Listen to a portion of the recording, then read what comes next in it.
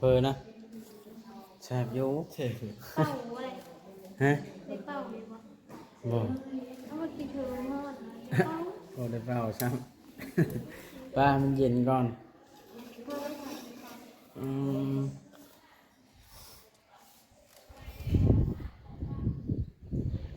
จากความสิเฮ็ดเด้เนาะ มีในกองเป็นคนอยู่ ฮะเห็นกล้องกับคุยนี่บ่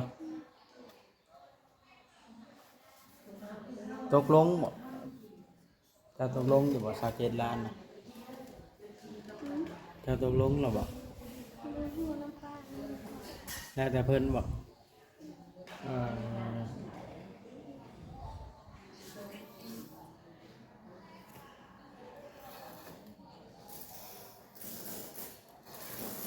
จำเป็นแล้วบัดต้องอาศัยผัวนะญาติพี่น้องก็คือเห็นนั่นแหล้วเนาะ แล้วแต่ก็ได้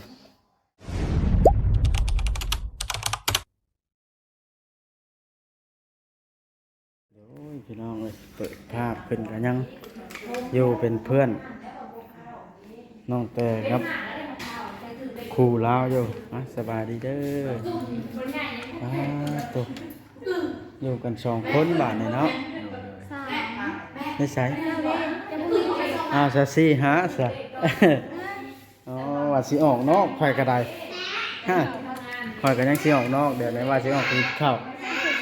ไปเลยนี่แหละ บ่แล้วออกไปกินข้าวว่าข่อยก็ยังบ่ได้กินข้าว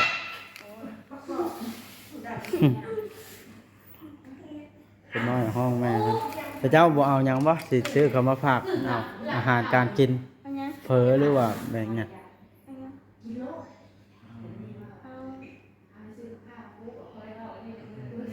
เอาขนม เอาขนมแหมใหญ่แล้วก็กินขนมบ่บัดนี้ หรือยังน้อยอยู่บ่ 18 ปี เออ มีไงเด้อ เอาทงช้ำได้ละใหญ่ จักแล้ว ซ้ำกระโตเพื่อเจ้านี่บ่เอาก้าว่ากินจนกุ้มช้ำฮ้อนคาดีนะเนาะ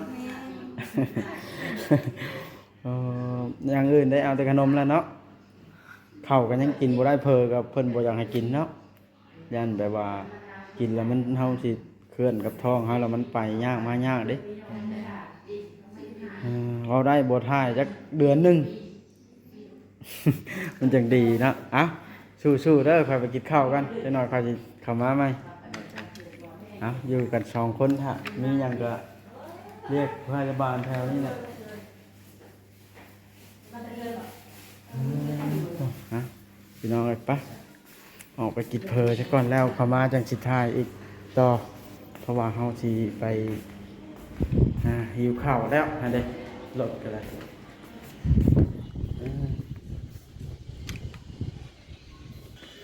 หิวข้าวพี่น้องเอ้ย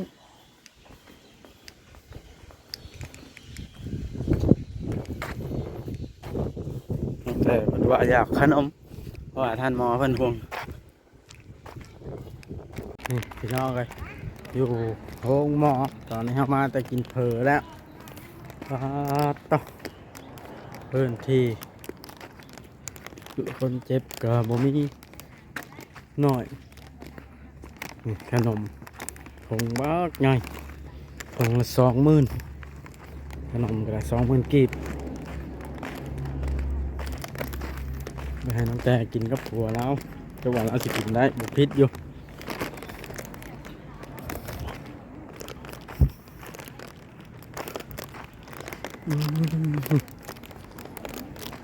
ต้นน้องแต่นะพี่น้องขาก็เจ็บสิว่านะได้ละพี่น้องเอ้ย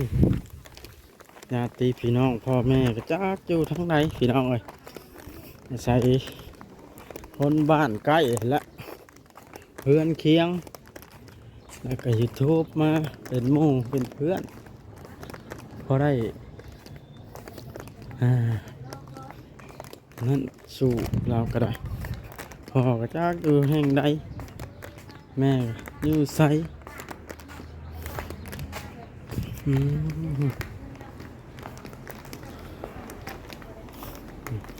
มีผ้าห่มผ้าห้องคนมา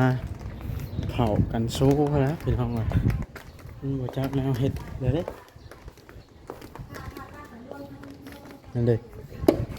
ยังอยู่ ลืมขนมใหญ่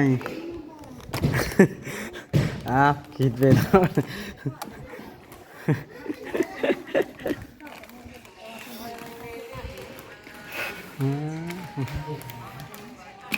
ขาตั้งกล้องคอยป้านี่เนาะ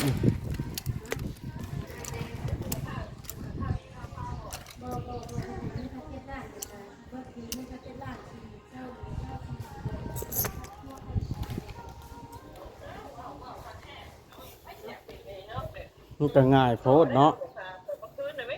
เว้าเงิน27 ล้านแล้วง่ายโพด เอาเพิ่นก็เว้าแบบนั้นนะครับก็บ่ได้ยินเนาะหากแต่ว่าเพิ่นเว้าอันนี้นะเขาก็เว้าตามนั้นเนาะ ไผสิบ่ง่ายบอกคนแบบนั้น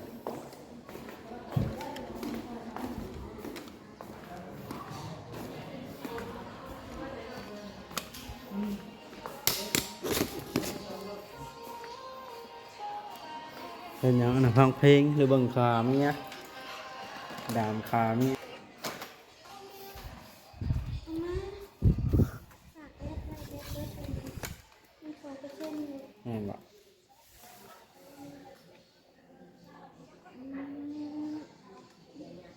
อ่า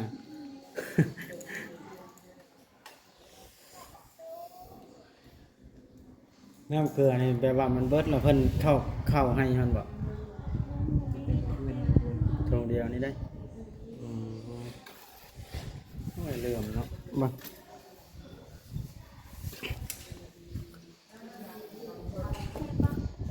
ฮะเพอนะแซ่บอยู่ เป่าอะไร ฮะ ได้เป่าไหมวะ บ่ เอามากินเถอะมันทอดเป่า บ่ได้เปล่าซ้ำ ป้ามันเย็นก่อนอืม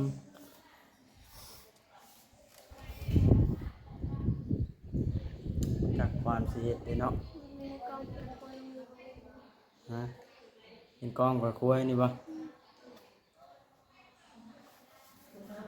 ตกลงบ่จะตกลงอยู่บ่27 ล้านน่ะจะตกลงแล้วบ่ ดูหัวน้ำปลา แล้วแต่เพิ่นบ่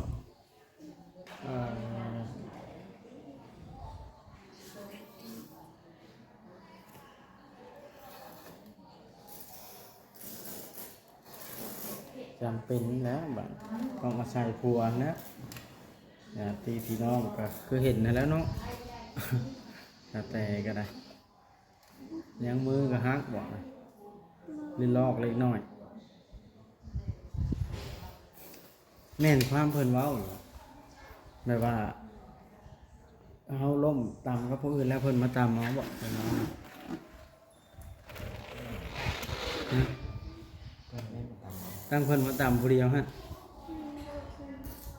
เออ มันจะได้โอกาสเขาไปมันกองมุจนเสียความหนาที่เอาเงินยากทั้งต้นน้ำปั๊มน้ำมันเลยโตงานข่าวตัวนี้ก็มีกล้อง มาเป็นแบบกล้องมันเสียและปีกว่าเขาไม่ได้ต่ำเลยมากว่าเขาช่วยเหลือซื้อๆเอง ช่วยเหลือแล้วเขาสิเสียให้หยัง27 ล้านกันว่าช่วยเหลือซื่อ บ่เลยมีแบบ ๆให้มันแล้วไปซะเนาะ แม่นแม่ก็จะเป็นอะไรก็ว่าไม่รู้ อืมนะโอเคมันสิปิดกันมันสิยืดยาวเนาะ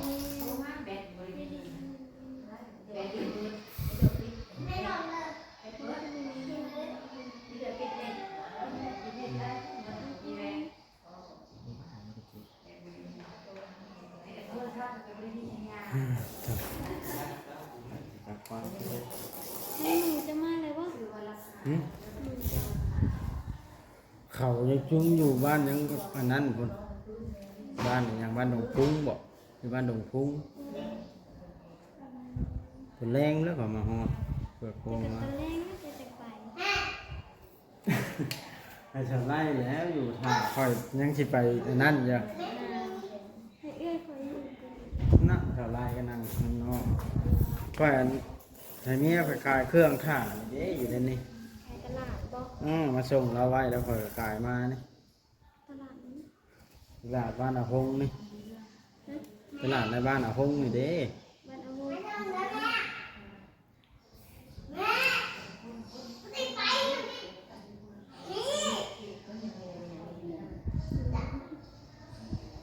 คนน้อย ซื้อใน ยังบ่ฮู้จักหยังดอกจังนะครับ มาตลาดเช้าหรือตลาดเย็น ตลาดแรงจนค่ำแล้วบ้านนี้ก็ได้ จะมูในตลาด เลิกตลาดประมาณ6 โมง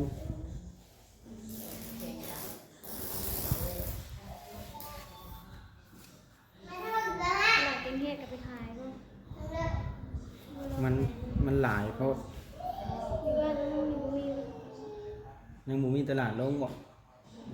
บ้านนั้นดงแงวมีบ่ตอนแรงตอนเช้า ตะกี้เขาเห็ดอยู่โรงการในตลาด แล้วก็บ่เฮ็ดเดี๋ยวนี้ เรี เนาะ ยนดูตามกันลาแล้วเขาก็เห็ด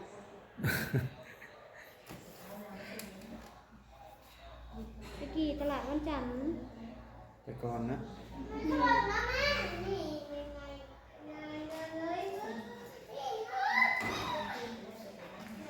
แกกินได้ไหมขนมเนี่ยกินได้บ่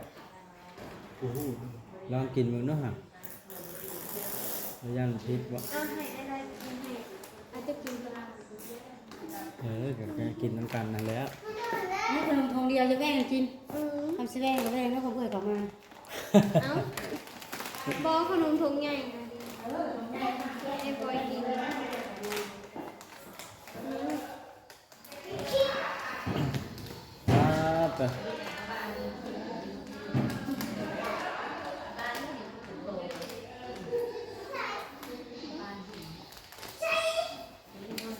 แล้วนี่ รถเล็กขึ้นแล้วยังเบิดแบบของเจ้าของฝั่งของเจ้า%นึง โมเมนต์ตรงนี้ถ่ายคลิปของคนนี้ นั่นบ่ นี่ข่อยมาเบิ่งคลิปข่อยได้นี่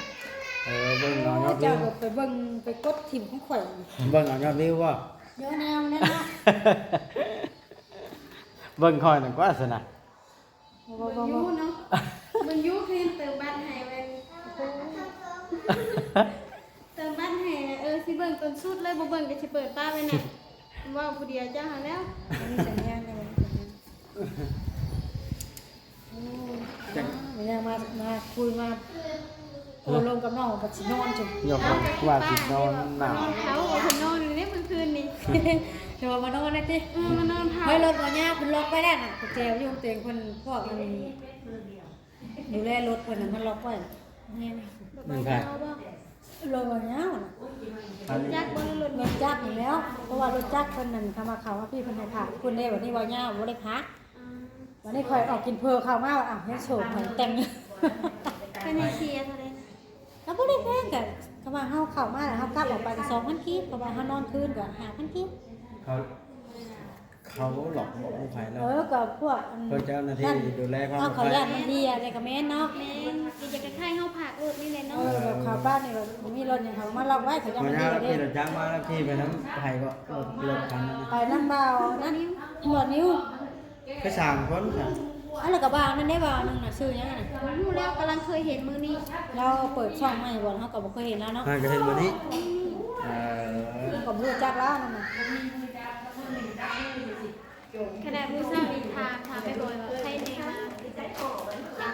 บ่อยนั่นได้แล้วบ่อยนะรู้จักแต่น้ำดื่มนะ เดี๋ยว เอาแล้วโอ้ย มึงเนี้ยกูสู้ชีวิตได้มึงเนี่ย รวดขมันชื่อแน่น่ะคอยช่องของเจ้าอยู่นี่ เจ้าก็ย่างก็ให้ว่าแสนสร้างให้ เท่าไหร่ล่ะ ก็บ่แพงเนาะเขาบ่ฮอด500ซ้ำ3,500,000นึง โอ้ยมาชิวห้า100จักเทื่อเนาะ ร้อยมีกับอันนั้นหนึ่งได้เลยดิ 500มันก็3,600 3,70 อ๋อไป300,003เนาะ สาม ไม่300,000 312,000กีบ 304,000 อันเงิน500นะ อันนี้มันก็สั้นนี่นะมันก็สั้นนี่นะโอเคอยู่เนาะใครก็ซื้อไม้กันสั้นราคา4-5,000 บาทอยู่ นี่ของคอยสู้ชีวิตขนาดนะ ก็แนวนั้นแหละ เท่าไรนี่สิขายต่อเนี่ย โอ้บ่ได้ขายแล้วพวกข่อยสิให้เราสั่งได้ดีกว่ามันเป็นง่าย ขายรถ โ 6,000เลย คำว่าเจ้าเอามาไล่ข่อยกับสิคายอยู่ บ่จะเอาจะแสนหนึ่งนี่นะ พวกซื้อมา500 เอามันมือสามมือสี่แล้วเนาะ โอ้ก็ว่าแท้ข่อยใช้งานในบ่ฮอดเนาะ เงินบ่ มาแล้ววันนี้โอ้ เพิ่นไปยังที่นี่นะ เอ็ดเอาเข้าแล้ว มาแล้วมา เพิ่นมาใส่ก็ มาจะส่งสะเทือง เอาตับกล้องเล่ไปบ่ได้ไหมอะไร เคยก็ไม่ได้กินทำมาก็ว่าไม่ได้ตอนนี้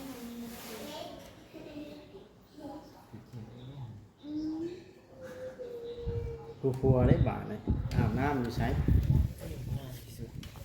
ผู้มีเราบ่ต้องอาบเนาะเสร็จให้แล้วเอาผู้บ่เสร็จอีกวะ ถ้าแม่หนาวมีแบบยาหนาวได้ถึง หนาวแล้วยามหนาวเนาะ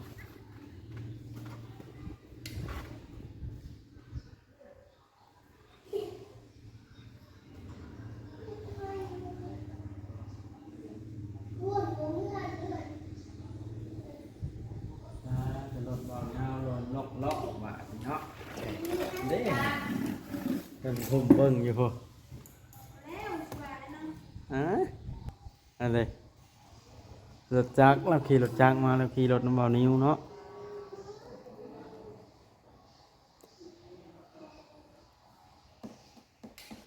สั่งเป็นลินี่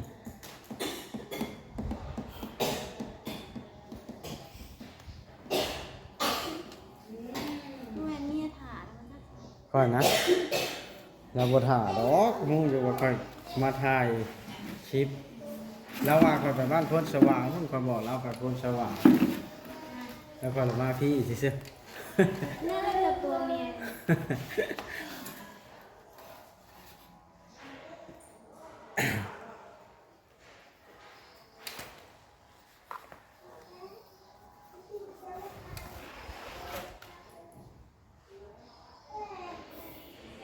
ผัวกับเมียนี่อายุซ้ำกันเลยว่าเนี่ยฮะ ห่างกัน2-3 ปีเลยนะ ห่างกัน2-3 ปีให้ห่างเมียไปก่อนเริ่มผัวไปก่อน คุณไปก่อน เมียแซง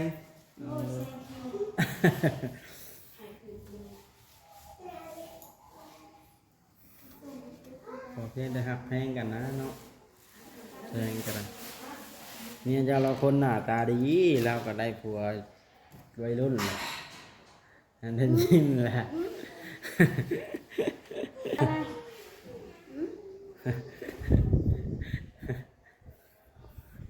เอ้าจะมองหัวสิ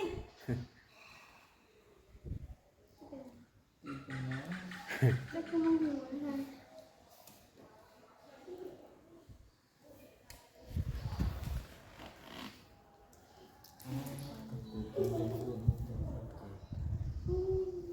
อย่าได้มาบอกจะบอก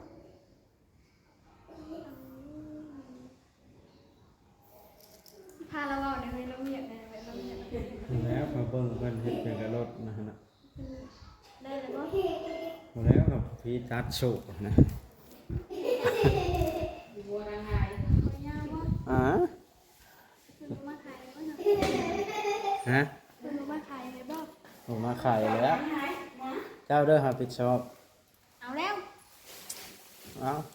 เรามาเยี่ยมเจ้าพี่เนาะ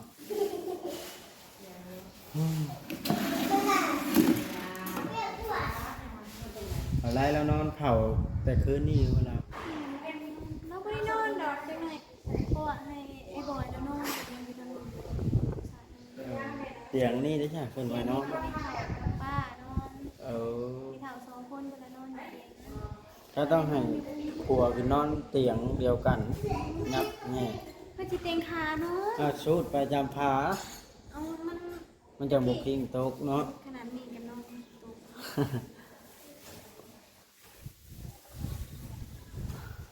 ใคร ไปนอนอยู่นั้น ใครเนี่ยเจ้าบ่เจ็บเนาะอยู่แบบนี้บ่ได้เจ็บบ่กันอยู่บ่ติ่งบ่ยังบ่ได้เจ็บบ่ เล็กดูบนนี้ เออ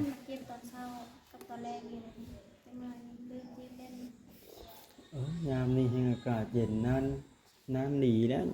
ยามหนาวครับ โอ้โหไข่ง่าย ฮะ นี่ก็จะบอกเขานะ บ่ใครแล้วท่าน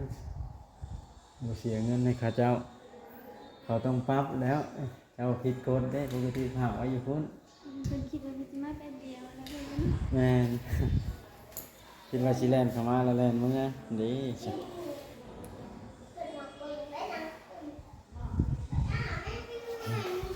น้องแต่ก็อยู่กับสาวไล่เพิ่นดีแล้วมาอื่นก่อนสิมาเยี่ยมอีกกำบ่ทันได้ไปใส่ ฮะ เอามาแล้ว นั่นแหละจะว่าคำบ่ทันไปใส่มาอื่นสิมาเยี่ยมอีกกินหนึ่งข้าวมาให้กินคำบ่ได้กินข้าวก็ได้ กินข้าว กับอันตำแจ่วโพะโล้นเนาะ โอ้แจ่วพริกเนาะ ไปมากระเป๋าลิมาอื่นพอลูกแพทย์พร้อมบอกเรียงพร้อมเขาบทันหูเล่นบอกเรียง ได้พูดแล้วข้าวจริง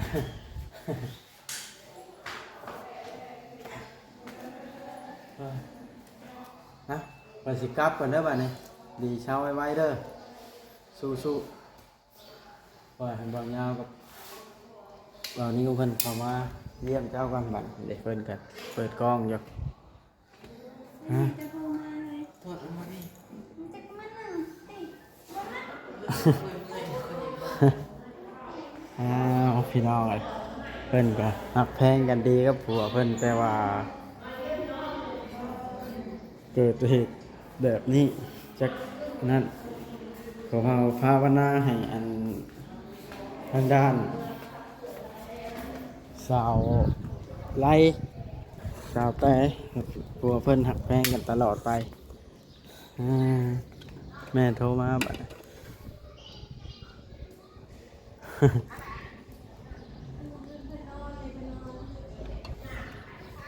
มีตัวห้าหน้าเพิ่นดีเศร้าไว้ๆละไปเบิ่งกันน้องพิซซ่าน้องเอ้ย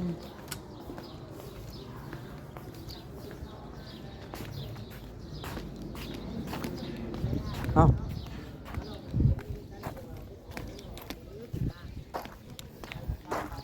เป็นหยังรถเบาเงาเป็นหยังฮะสบายดีรถถึกจับบ่ ว้าว จับคนเลยเพื่อนก็มาดูอยู่สุดก่อนก็มาถ่ายคลิปอยู่เนาะเจออะไรโดย เด้อ เฮานี่บ่ แม่ เราเอาจื้อเฮาอยู่ คือครับอนาซุ่มเพื่อนนี่ก็มาสุดก่อนก็ลงมาถ่ายอยู่ พดล็อกเรียบร้อยแล้วบ่นี่ โดยคนแล้ว โอ้ ที่เพิ่นเฮ็ดนะหมอยังๆเนาะเพิ่นก็วางดีเพิ่นยัง แม่นแล้ว เฮีย มั มาน ก เนี่ย แต่ ส่วน ยา ร้ายกับอยู่ตลาดกันร้ายเนาะช่วงนี้เนาะมีอะไร กับมันเฮียนเฮาสิไปโทษคนทุกที่บ่ได้แล้วเป็นเฮาเองมาจอดได้บัดนี้ ทั้งไม่มีปัญหาเจออะไรเลยเขาเซ็นแนะนำกันเลยเยี่ยมคนใส่กันเลยไม่เยี่ยม เอารถมันเป็นยังอ่ะพี่น้องเอ้ยโอเคคลิปนี้ก็ได้สิได้กลับซะก่อนบ้านนี่โดยสิกลับแล้วบ้านในค่ำแล้วโดยโอเคโอเคแต่ปี2026สาวไร2026